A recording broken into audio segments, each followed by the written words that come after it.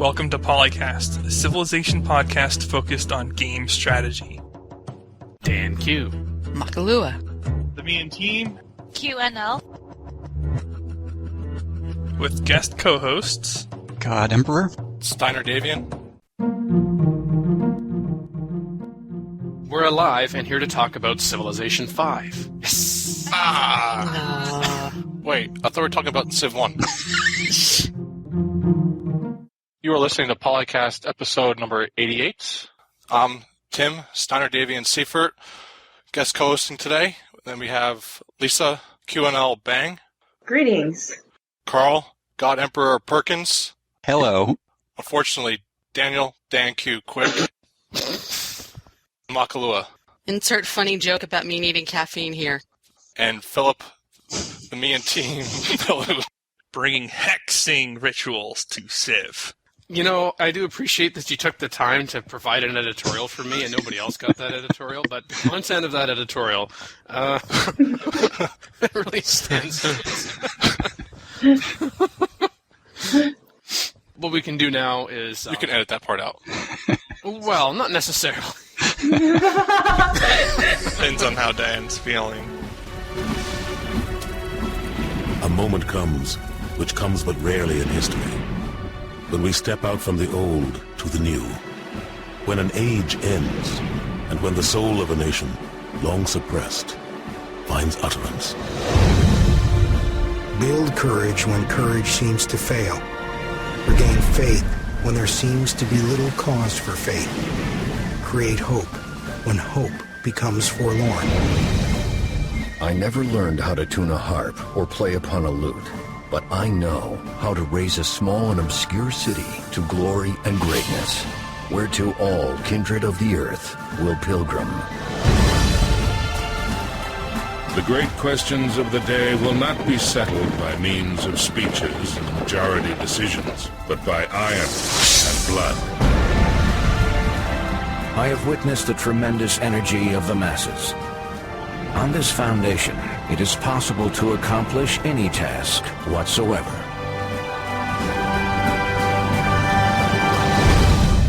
The future belongs to those who believe in the beauty of their dreams.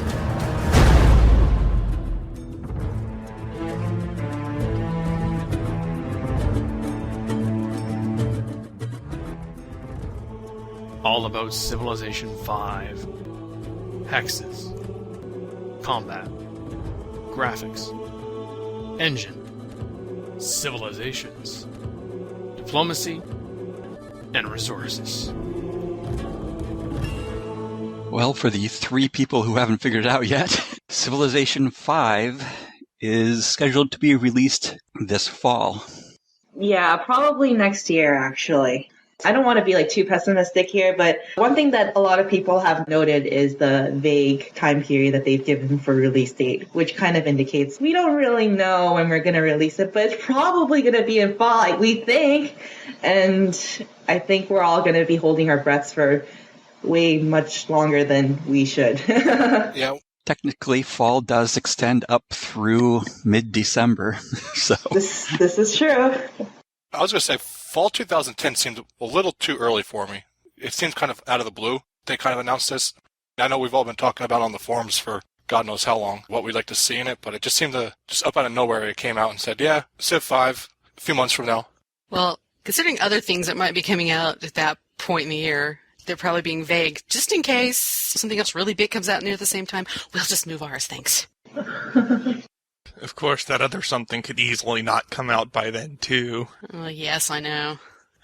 Knowing the company responsible for it. Yeah, it'll be done when it's done. And it's been not done for how long now? Been a couple of years since the initial release announcement for StarCraft 2, hasn't it? Yeah. It's about time. Well, when is it about time? Well, that's the thing. Okay, so Civilization 1 came out in 1991. Civilization 2 came out in 1996. When did Civilization 3 come out? 2000... 2001. Yeah, that sounds about right. 2001. And Civilization 4 came... 2005. October 2005, which I think the fall 2010 release is pretty good indication. Civilization 5 is going to be available for digital distribution as well as boxes and in stores, and specifically through Steam.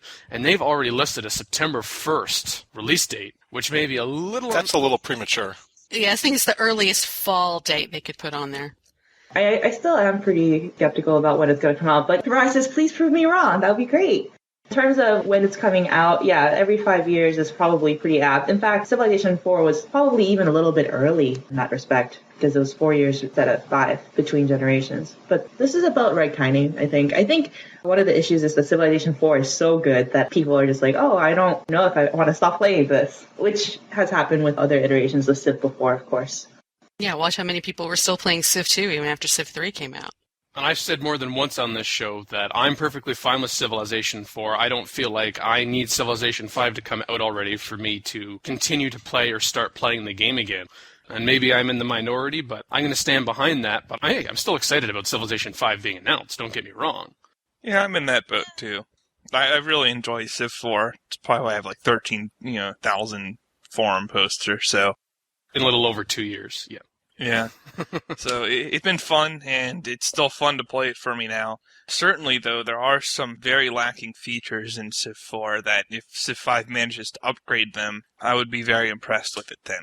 Certainly, a lot of the AI interaction could be vastly improved from what it is in Civ 4. And even some of the basic controls were left pretty much not completely done for the duration of Civ 4. So I think that even though Civ 4 is a great game, they can definitely beat it. It's possible. Less lag in the user controls would be nice, so I don't constantly click on the wrong button when going through a stack. Yeah, that would be good. Yeah. Yanks them out from underneath me. It goes beyond lag. Like, if you're playing quickly enough, you just alt-click your stack and select them all, and then you try to shift-click to unselect them. You can literally never do it until you either click off that stack or unselect the group. And that can be really frustrating if you're trying to move quickly. And that's just one of quite a number of things that are not perfect with the Civ controls. Sometimes units will move by force at the start of the turn, too, before you can stop that. The lead designer on Civilization 5 is John Schaefer, better known as Trip, perhaps, for some who started off in the modding community, Polton specifically. And actually, it was on March 30th of last year, he posted in the Polton forums that, "Don't worry, I'm working on something good," big grin. So, and we're going to try as much as we can here, I think, to stick to facts. But of course, when you talk about facts, you're trying to read in between the lines. So, as Krill said on Polton's forums, idle speculation is quite fun. And so is if Izmir Stinger from CFC has a thread entitled "Brazen Assumptions and Rampant Speculation," which I think is just natural. And there's also even threads not only going through what people have written, but of course screenshot analysis has also become a pastime. Yeah. Which I make fun of, but I have to say I think it was when Beyond the Sword was announced, I was doing a screenshot analysis. No, I can't really be that critical of people in the screenshot analysis, even though I'm not doing it this time. I've passed that on to the next generation.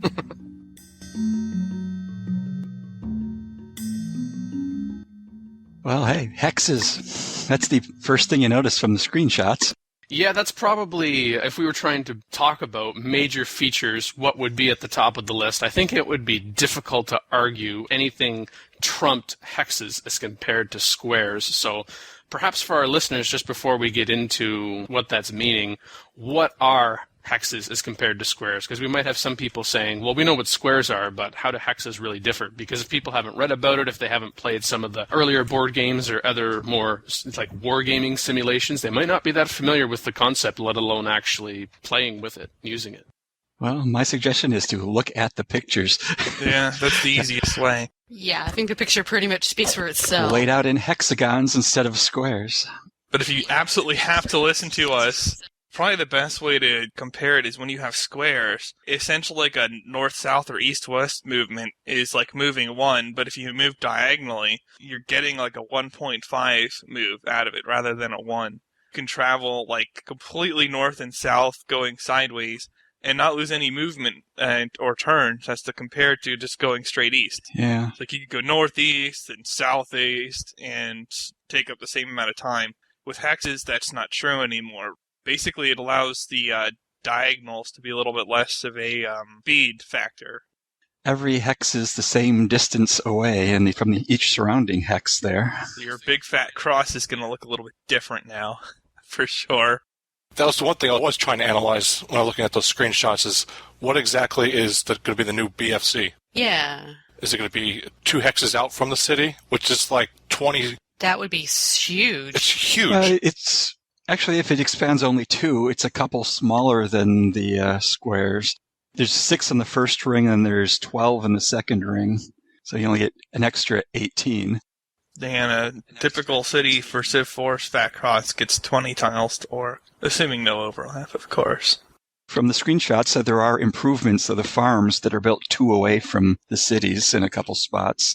So it looks like it does extend out for 2. And just in one thread on Civilization Fanatics Center and a poll asking if people want hexes. It's a relatively new poll at the time of this recording, but so far the vast majority are very pleased, at least those who have voted, with this shift from hexes to squares, which remember asking Sid about that on episode 50. I was just thinking about that. I'm wondering if they knew even at that time they were going to do that. It'd be hilarious if that was true. Imagine them panicking. Oh God, how do they know we're doing hexes? Probably more of just an evil smile, because they hear all kinds of speculation that at least some of it's going to be true if people are throwing so much onto the wall there. Some of it's going to stick. So I'm sure that they just kind of smile and people have it really wrong or really right. Mute themselves for a minute for the evil. It'd be priceless hearing Sid do something like that. People have been asking for hexes for, I don't know, at least the last 10 years or so in one form or another. Yeah, it just feels like it would be a more balanced movement system. And I've done it in other games, some of the more obscure ones that are also turn-based strategy from way back when. And it works well. I mean, assuming the rest of the game is good, that is. A number of people are also saying that, oh, gee, I don't know about this move. It sounds more complicated. It sounds more for the really serious gamer, more abstract concept to get around. And I think until you actually play it, that's quite understandable. Plus, if you've been with the Civilization series from the beginning, you're used to squares. So anything that's new, when you're going to change something up like that, there's naturally going to be some rumblings. And I think it's inform yourself, be aware that this is what's coming, so it's not a complete surprise. But, you know, as with any of these features that people are saying, gee, I don't know, we're just here talking about it. We haven't actually seen it. There are some screenshots, but we haven't even seen that much, and we haven't had a chance to play it yet, so time will tell how that actually works. But if nothing else, you've got to give Firaxis credit for shaking it up, because I remember reading some posts even in the last few months like, what could a Civilization 5 possibly do that Civilization 4 hasn't done already or has already been seen in the series? So, good way to generate buzz anyway. I don't see how hexes are, other than the fact that they have 2 extra sides, are actually more complicated than squares. And you still have tiles, and there's still stuff. Well, they're not really. Back in episode 50, when we asked them about that, about the hexes, it's partially just people tend to think the hexes coming from the pen and the paper and dice type of war game type things, or the real serious things like Panzer General. Oh, that's where they got their start. Yeah. And in fact, Panzer General is even mentioned as an inspiration for the combat system in Civilization 5. Any complications are in the program itself, not on the user's side, I would say. Numbering hexes and knowing which ones are adjacent, that's entirely in the program. It's a little bit more complicated than squares, but not much. Yeah, definitely. I mean, the thing is, there's other games that have used hexes before, but that's just like saying there were MP3 players before iPods. Yeah, but who remembers them? I remember MP3 players before iPods, Lisa, and I'm somebody. Oh, that was forever ago. What was that? Like 2000? Lisa's just a youngin', don't mind her. Man, maybe I wasn't even born yet. No, I'm just kidding. You're 10. Okay, first you weren't alive when Civilization 2 was released. Now you weren't alive at the start of this millennium, you know? Is your birth date variable or something? She's one of those leap year babies or something. Oh, that would make a lot of sense. Oh, that would explain it. That would explain so much. No, not just this, even. Oh, can you feel the love? Jeez. I think the biggest thing about the Hex, though, is it's going to take a little bit of a couple extra days of practice learning the system and how to really utilize it, and then I think it'll be normal. Keeping everything else being equal, that is, which we obviously know it's not going to be, but that's probably one of the bigger learning curves about Civ 5, is just getting reaccustomed to the new geometry.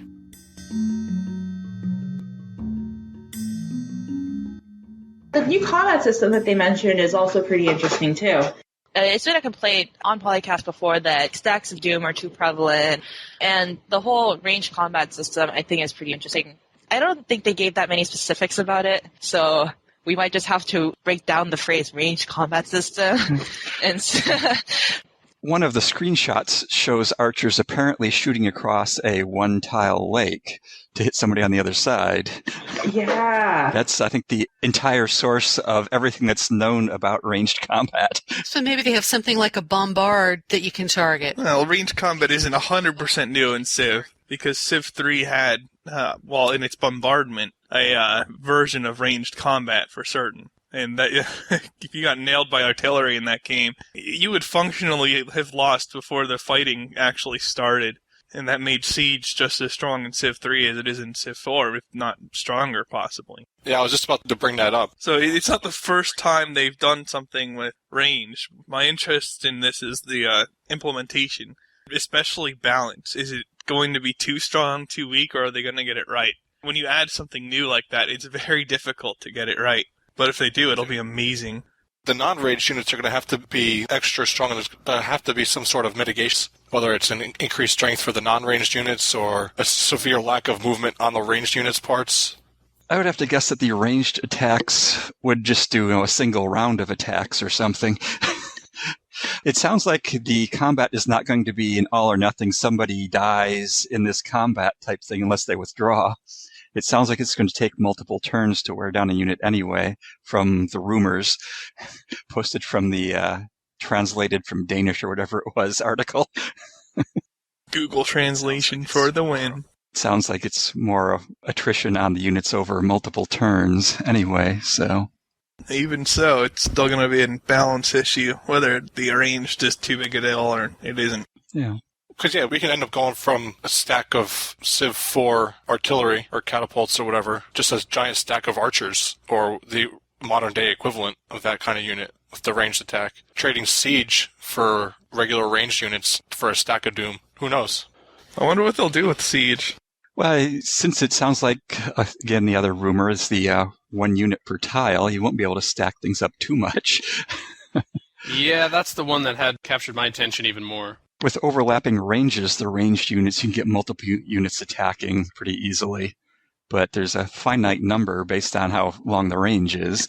Yeah, it was already mentioned, the Danish article, which was translated on a forum on Paradox Interactive, and is giving a lot of credence. It seems to be quite genuine, and if that's to be believed, then it's looking like Civilization 5 will do to Stacks of Doom what Civilization 4 did to Infinite City Sprawl.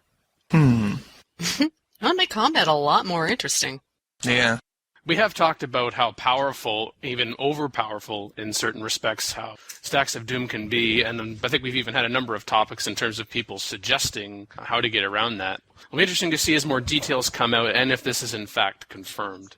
If this is true, though, I'd be hard-pressed to see how micromanagement is not going to increase. If you don't have the stacks and you have one unit per tile, you're going to be moving a lot more stuff unless the game was designed to have that many less units present in the game. Yeah, they could have done something to your unit support limit. Yeah, right now it can field hundreds of units in Civ 4. Apparently they do intend to have fewer units. At least some units are supposed to be limited by the resources.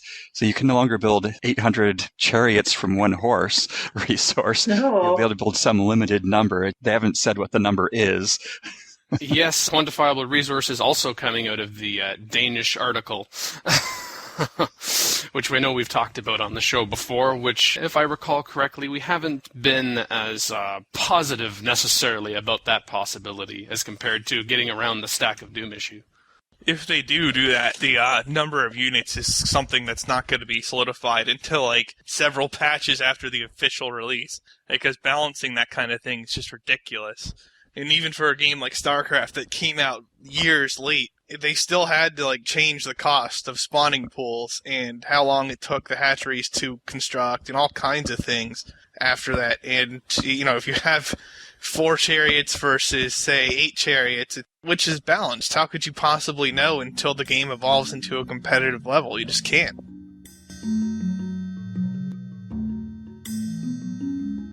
Well, can we talk about graphics? Because I'm really excited about graphics. Yeah, might as well. We got a number of factual-based things to pass along to our listening audience. So graphics, Lisa, go ahead. I don't think they've been really specific in saying what they've changed with the graphics, but you can see it in the screenshots. The trailer that came out has been commented on. This is really great. Look at all of this theatrical footage, but where's the gameplay footage? And there isn't any. So it's hard to say the screenshots that we're seeing, especially since we don't see any interface-related things like, oh, here's a menu, here's a button that you must be interacting with. Has it just been toggled off for the purposes of the screenshot? Is this more really highly developed concept art? I don't know if we really have a feel for in-game graphics just quite yet, or if we do, just trying to get excited but not too excited. I mean, they've talked about the game using a new engine. Oh, that would be awesome. Yeah. No details on what that engine is, what that means, both in terms of programming side. I'm sure the modders will love to talk about that on Modcast, or what that means for just the average gamer in terms of visual and experiences. But, of course, I think the big thing that the graphics discussion is doing right now is people saying, am I going to have to buy a new computer, or this is going to be a good excuse to buy a new computer? Yeah, no kidding. Civ 4 for a turn-based strategy game is amazingly resource-intensive. It just hurts. And I could play some first-person shooters on the older machine that have reasonable graphics, and it struggled to handle Civ 4. And a lot of that is the engine was inefficient in a lot of regards. The machine had to redo a lot of calculations. There's a mod somewhere on CFC, I forget exactly where now, that actually speeds up the game by 20 to 30% just by caching things. Oh. But, that kind of stuff probably should have been done in the initial engine for release, because the gameplay doesn't change at all. It literally just caches things that could be cached. Yeah, Civ has a habit of checking the same thing over and over again. Yeah, and trade routes, and especially, and just the number of units the AI has to move. Those two things can just absolutely murder the time between turns in a late game if there's enough units in enough cities. Because it will recalculate trade routes every turn. And that's a huge matrix problem with so many cities trying to optimize them. With the diplomacy system here, from the official press release, quote, fully animated leaders interacting with players from a screen-filling diplomatic scene and speaking in their native language for the first time, unquote. Yeah. For me anyway. As long as they have the English translation so I can actually read it, I could really care less what languages they're speaking. But I guess it's a nicety. The 2 screenshots that they have look pretty good for those leaders, Bismarck and Washington. They show them from the waist up in both screenshots. I don't know if they actually walk around the room and have legs. Have to wait for more screenshots, I guess. A bit more detailed than the existing leader heads. Yeah, definitely. They're using this new GPA platform. Apparently, it's going to have the possibility of multi-threading somewhere in there. So you'll be able to take advantage of more than one core, it sounds like, which should improve the game speed. I've been looking at the chipsets that they're talking about, and they are in most computers currently.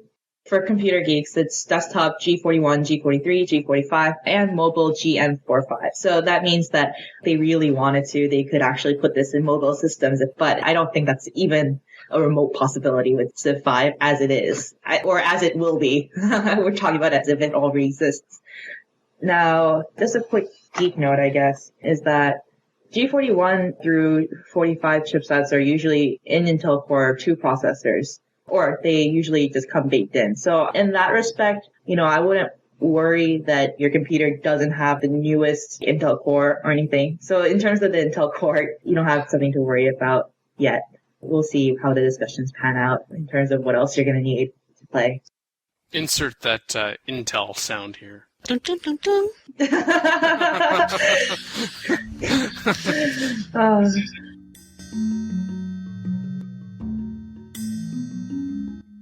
I think that other than the graphics part of this, it's just the engine itself, I think, from a couple of the threads I was reading yesterday, that has a lot of people kind of concerned about the viability of their current computer.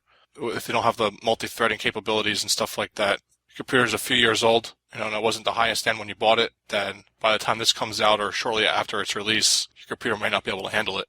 Either that or at a very minimal setting, because I know when Civilization 4 came out, the computer that I had could run Civilization 4, but just I had to turn down everything to the lowest resolution possible. And of course, the experience is not the same.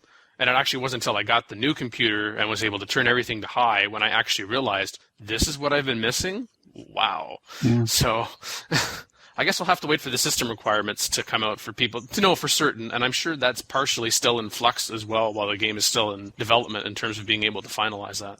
I don't know about you guys, but I think it's definitely worth it to have the better graphics. Not saying that the graphics in Civ 4 are bad, but I don't know if you guys are those types of gamers, but the graphics definitely heavily affect what kind of game I'm going to play. If they're not good, I'm not going to look at it. Graphics whores. Yes, I am superficial in that regard. Yeah, I'm not as critical. Maybe that's because of, you saw graphics on screen, but what I was really seeing was in my head, because at some point there wasn't a lot that the graphics engine could represent that really looked too much like reality. So I guess I'm still stuck in that. My expectations are always low when it comes to graphics. As long as the navigation and the interface, I can find what I want reasonably, and it does what I'm telling it to do and what it says it should do. That's what concerns me more than how shiny they are, despite how much I talk about how wonderful shiny is. Well, we've kind of reached a plateau where they can't get much shinier without just dragging down the requirements for the game and spending too much time processing the graphics as opposed to having an AI that could actually, play intelligently. Yeah. The other thing with a real-time strategy or a turn-based strategy is how much graphics do you really need as compared to some, like first-person shooter type game where it really is all about the graphics. I don't know. I would, under any gaming genre, without exception, graphics are good, but only to the point where they don't damage gameplay. That's not just true for turn-based strategy. I play a number of different shooters, and I've gotten competitive in some of them. And even there, gameplay is more important to the long-term viability of playing the game than the graphics are. If it's not a good game, if there's not enough strategy or depth to it, it's not going to be worth playing. And that's true for anything. I can't think of an exception to that. Yeah, I guess I was thinking of it like this. If Civ 1 were to come out today, because the graphics are so poor compared to what they are now, but this Civ 5 doesn't need to be latest and greatest bells and whistles in terms of realistic-looking graphics. And it'd be a Facebook app. Expect a different level with a turn-based time strategy as opposed to brand new first-person shooter or an MMO out there. Yeah, but that would probably be just as much its interface problem. Because you forget, because we're spoiled by the newer Civs. Yeah, but the name of Civ's game is exceeding expectations. Another thing I want to point out is with the new unit graphics, those are pretty interesting in having your units look like bunches of men instead of one or two. So that's a good improvement. But also there's one thing that I wanted to ask you guys about. So if you guys can look at the screenshot that was provided, you can see the city with the horse, and you can notice that each city has a one-tile border, but basically it has irregular borders. There's not a consistent radius around the city. Yeah, the other city further down the coast. It's like there's the tile right next to the horses that is not claimed, even though it's only 2 away. Yeah, I don't know how that works. Yeah, it's weird because the deer tile kind of to the south of it's claimed, but then that one's not claimed. It's like, what? Why is that one and not that, and the 2 tiles in between? And I was reading a little bit about the maps and resources. To answer that one specifically, borders seem to depend on the terrain, extending farther away from cities over flatland than over elevated terrain. Huh. Oh my god. There's also been mention that you can now trade territory diplomatically. So there's got to be some way to claim and control who controls a tile. I mean, I, as a Civ player, love this, but I don't know. It might get confusing for new players to figure out. Like, why is that tile not mine? Particularly the ocean tiles. Yeah, actually, to add to the mix in terms of borders, based on current screenshots, borders do not extend more than 1 tile into the water. They don't go more than 2 in Civ 4, unless you have a city on the other landmass, but that's a kind of weird exception. The 2 points, the more minor one, but the other about extending farther away from cities over flatland than over elevated terrain. Ooh. That'll be interesting to see where the strategic resources in the water are placed. Because there are many times where, like, the fish or the whales or oil would be 2 or 3 tiles out. Well, in Civ 4, they're never more than 2 tiles out. But the problem is the terrain can get distributed such that you can't actually reach them thanks to, like, a peak or something. Exactly, yeah. Or your initial city, your capital, is situated so that if you settle in place, you can't reach, like, to your seafood resources with a second city. That does happen with reasonable frequency in Civ 4. But, if you make seafood only on the coast, I guess that would at least alleviate that particular problem.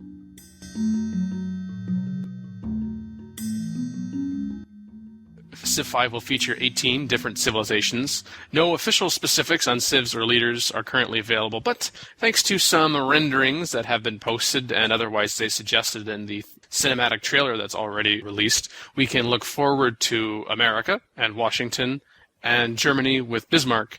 And also, apparently, according to a screenshot, the Aztecs, people are speculating, are also in because there is a picture of a jaguar. Now, I haven't actually seen... It's not a screenshot as such. It's just the Jaguar warrior on the official Civ 5 page. Oh, as like as a standalone picture.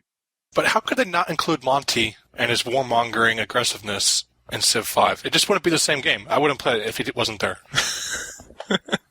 I hate Shaka even more, but I would miss it without Shaka. I think with civilizations, though, what's more interesting, seeing as how there's actually some information behind it. However, this has been speculated as part of the Danish magazine, so still treating with a grain of salt, but being suggested that every civ has a unique bonus now as opposed to combinations of traits like spiritual, financial, as you see in Civilization 4. When I see the phrase unique bonus, and of course this is also having been translated into English, like a bonus in terms of what and how is that considered the equivalent or the trade-off of a trait. But it sounds like we're not going to have these combination of traits. Again, if this is to be believed, it opens up interesting speculation if that is in fact true. Obviously, they have to have different unique bonuses, whether they be units or buildings or something like that, but a couple duplications here and there to provide some civilizations that people may have been asking for that aren't represented yet. I don't think that would necessarily be a bad thing. They could be talking about something like in Final Frontier, which John Schaefer wrote, where each civilization has a unique trait, and there's only the civilization traits. Some of those are sort of combinations of other traits in the regular game, and other ones are completely different.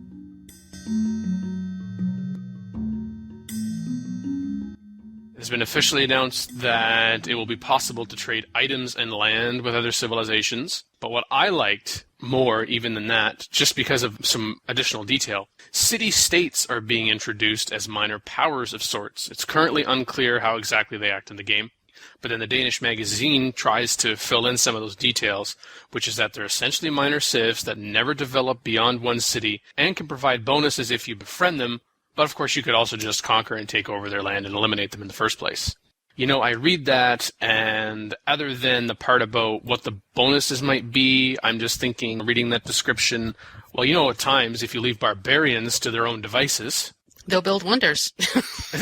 They can build wonders, and even in some strange situations, as we've seen, they can even win games.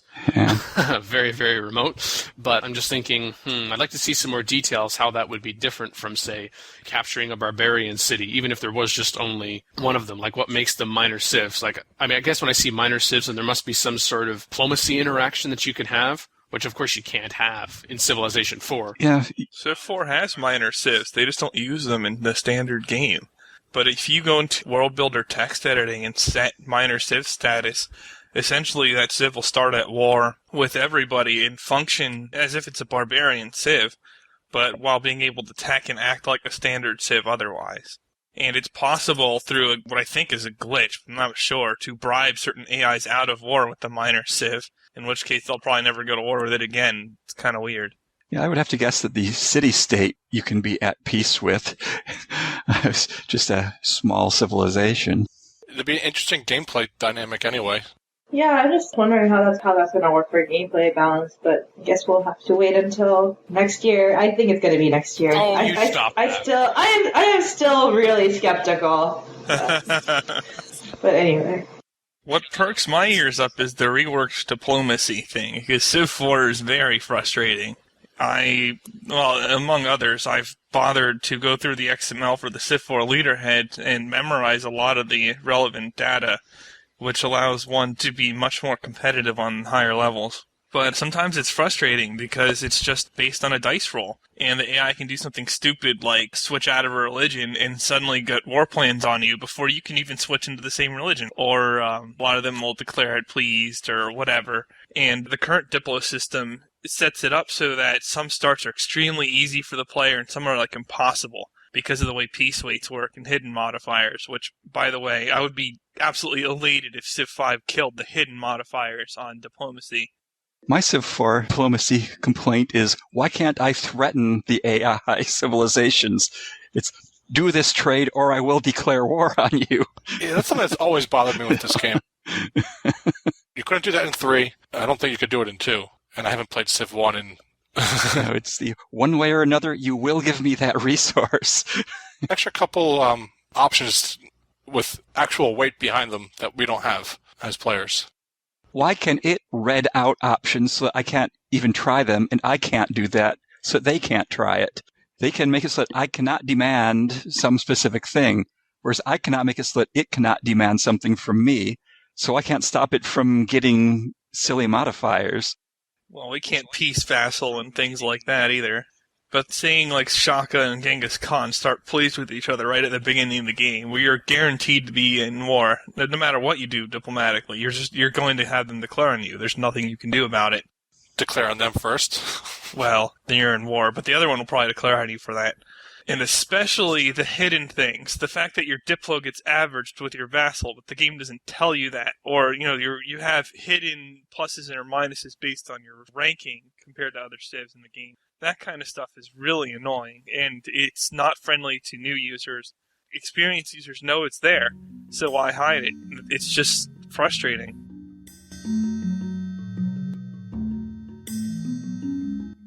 Known resources in the game based on screenshot horses, cows, deer, game, and wheat. And surely there are a lot more, but that's just based on screenshots, if the screenshots are to be believed.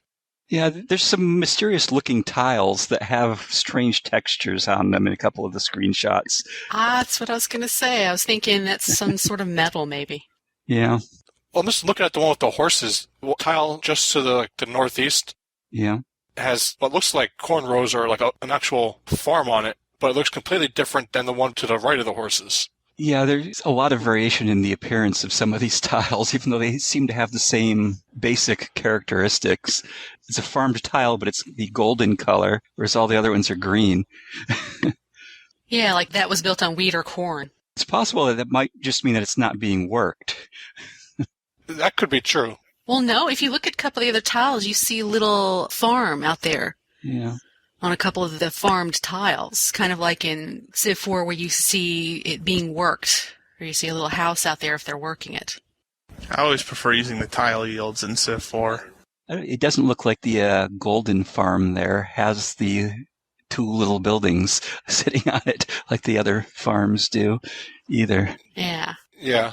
But I would think that based upon my expectations, that the one next to the city, the golden one, would be the one that's being worked because it has the rows in it, as opposed to the one to the right of the horses that doesn't.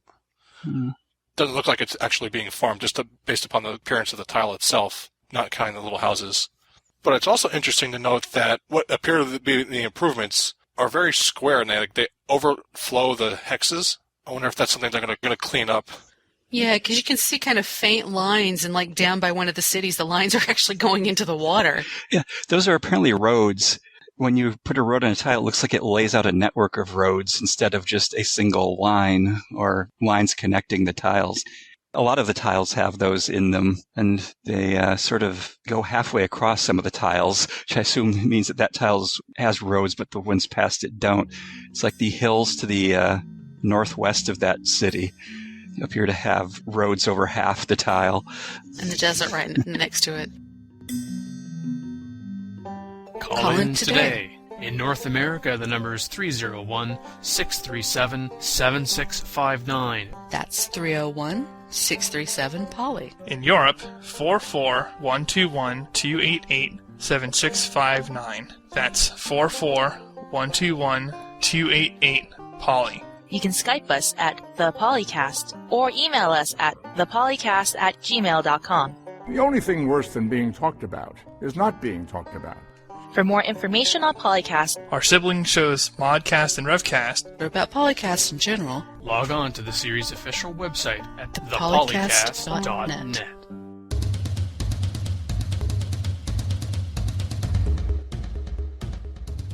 Just in more general, I wonder what all of us have to say to those who, when Civilization Network was announced last October, and there was this mass cry from some people that Firaxis had abandoned the PC Civ fans.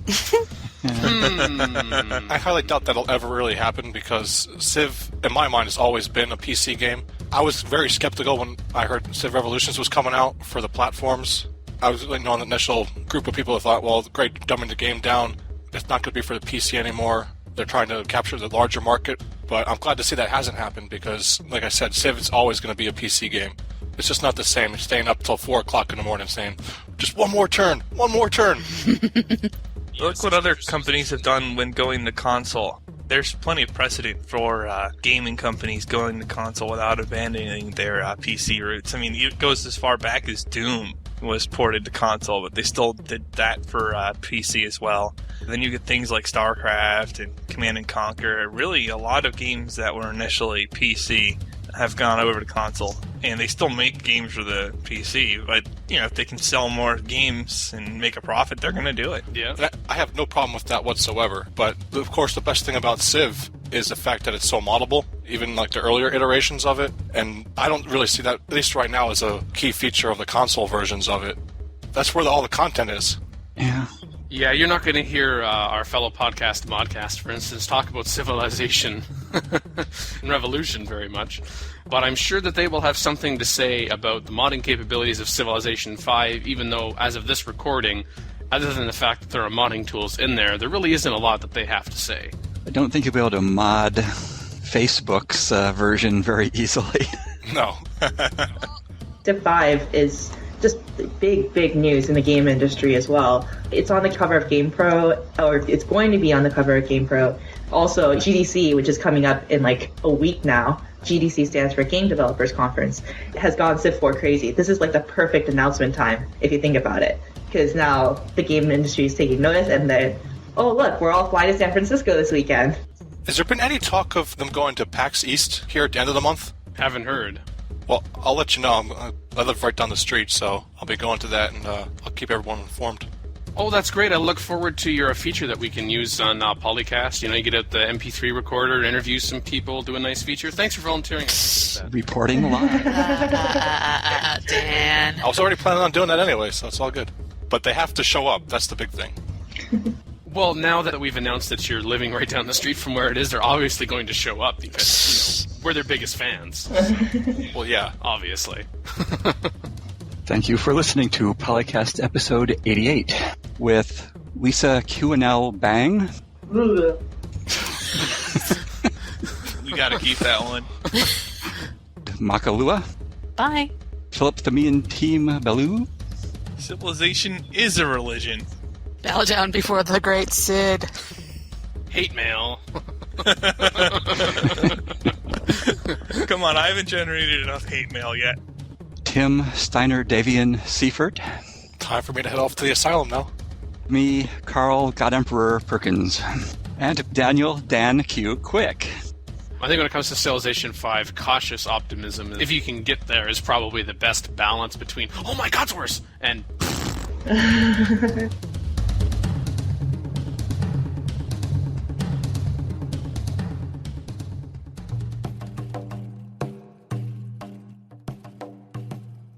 Well, what they're saying is that there's going to be like in-game, God, I can't think of the word, in-game things where you can, So now let's talk about the shades of these colors. You know, I would have got... You know what? I'm going to stop, actually. Go on ahead. I don't know what we could possibly say that would need to be censored. Record date February 27th, 2010. Civilization 5. Civilization 4, Warlords and Beyond the Sword, sound clips, copyright Take-Two Interactive. Copyright Civilized Communication at civcom.net.